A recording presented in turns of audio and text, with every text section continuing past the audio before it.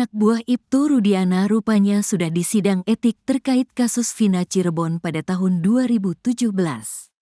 Anak buah Rudiana itu terbukti melakukan pemukulan terhadap terpidana kasus Vina. Bukan cuma anak buah Ibtu Rudiana, penyidik dan petugas tahanan juga terbukti melakukan pelanggaran.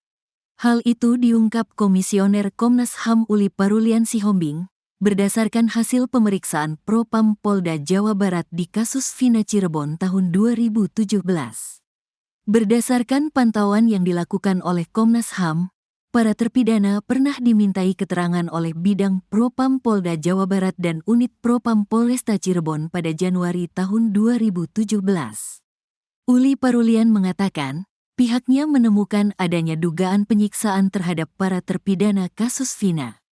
Temuan pertama terkait adanya dugaan penyiksaan ketika adanya proses penangkapan, penyelidikan dan penahanan di Polres Cirebon, Agustus sampai awal September, kata Uli Parulian dikutip dari YouTube Christian Greek Official, Selasa, tanggal 15 Oktober tahun 2024.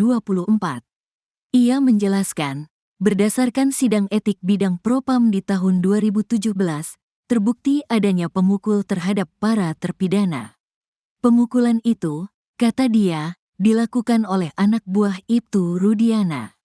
Waktu itu ada pemukulan dari salah satu, bukan dari Pak Rudiana, tapi salah satu anggota dari unit narkoba, jelasnya.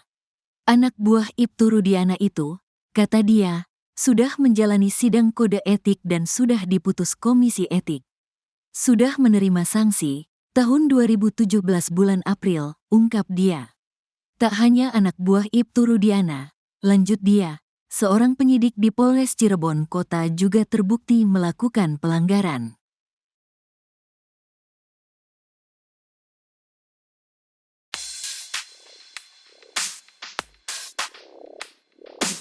Pernyataan Komnas HAM yang menyebut ada 3 pelanggaran HAM di kasus Vina, membuat kuasa hukum terpidana lega.